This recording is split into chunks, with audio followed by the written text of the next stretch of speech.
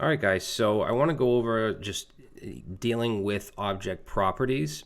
Okay, so we want to instantiate a new rectangle object. You can see I have my constructor function here with the name, width, height, and the area function. So a lot of this stuff you're going to already know because it's the same syntax you would use with an object literal, but there should be some new stuff here, and it's just a good refresher. So let's start off by creating a rectangle object. So I'll say rect1, we want to use the new keyword, and then the rectangle constructor, which takes in a name. We'll say rectangle 1 and a width and a height. So let's just do 20, 20. And then we'll just create another one as well, say 30. This will be rectangle 2, and that'll be rect2. So to access properties, of course, we just use dot notation. So if I say rect1 dot name, let's say we want to get rect2 dot width. So if we run that, we're going to get rect1's name, which is rectangle 1, and rect2's width, which is 20.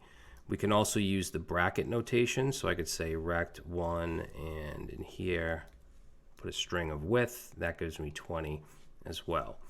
So if we want to add a new property, then we could just use, we could say like dot color, and let's say we want to set that to red, and then I'm just going to console log rect1, and if we take a look, you'll see that now that has the color of red. Now we can also add functions, like let's say for rect2, I wanted to add a function of, let's say, perimeter.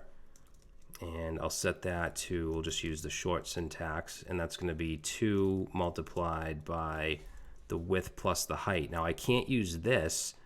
If I did that, then this would be the window object because we're not within the constructor, right? So I would have to just take the instance of rect2 and get the width, and then add rect2 dot height. And then if I wanted to use this, I could say console logged rect2 dot perimeter, run that, and I get 100. All right, now there's probably not going to be that many cases where you're going to put a function just on a single instance like this. If you wanted to, you could add perimeter in here, this dot perimeter, and then you could call that on any of these objects. But I'm just showing you that it is possible.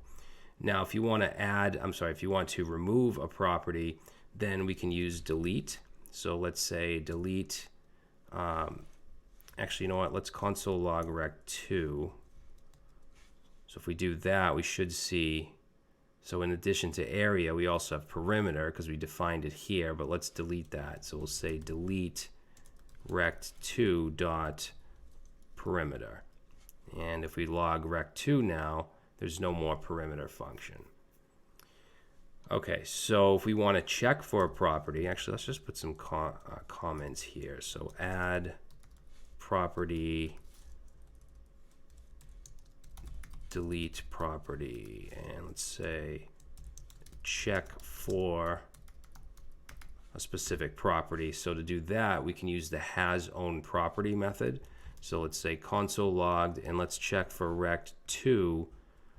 Actually, we want to do, let's say rect2 dot has own property, and the property that we want to check for, which I'm going to check for color.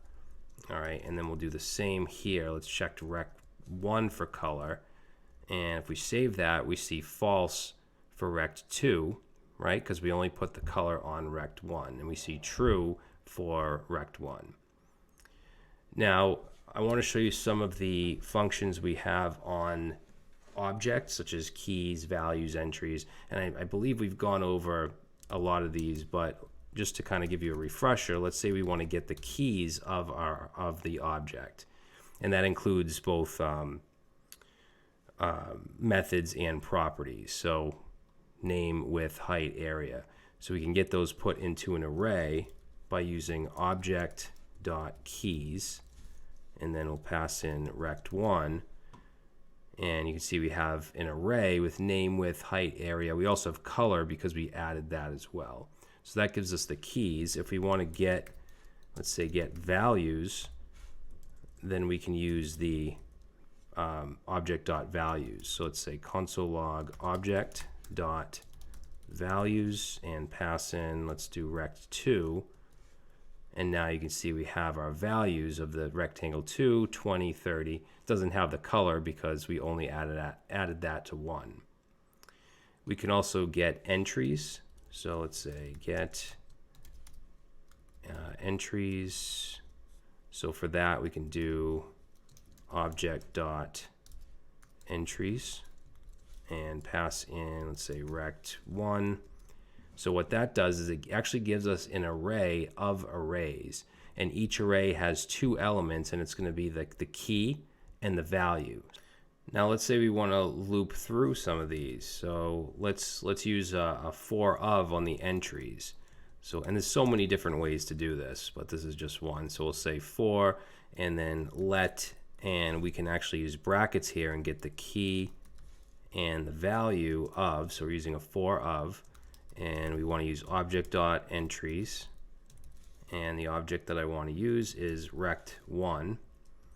And then let's just do a console log. We'll put some backticks in here, and let's say key. So we have access to that, and then we also have access to the value.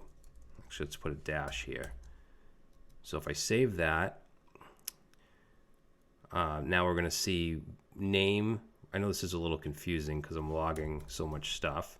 But we see name dash rectangle 1, width dash 20, height dash 20, color dash red. It also has the function. Now, if you wanted to just get the properties and not the function or the method, then we could just put an if statement here, and we can check for the type, right? So we'll say if type of, and then the value. And we'll say if that is not equal to function, because remember, functions have the type. It's an object, but it's a function object. So that's what we want to check for. And then if it's not equal to that, then we'll log it, meaning we're only going to log the properties, name, width, height, and color. All right, so I know that we've already gone over a lot of this stuff, but I just wanted to show you that we can use them with objects that we create from our constructor as well. So in the next video, we're going to get into a very important part of object-oriented programming in JavaScript, and that is prototypes.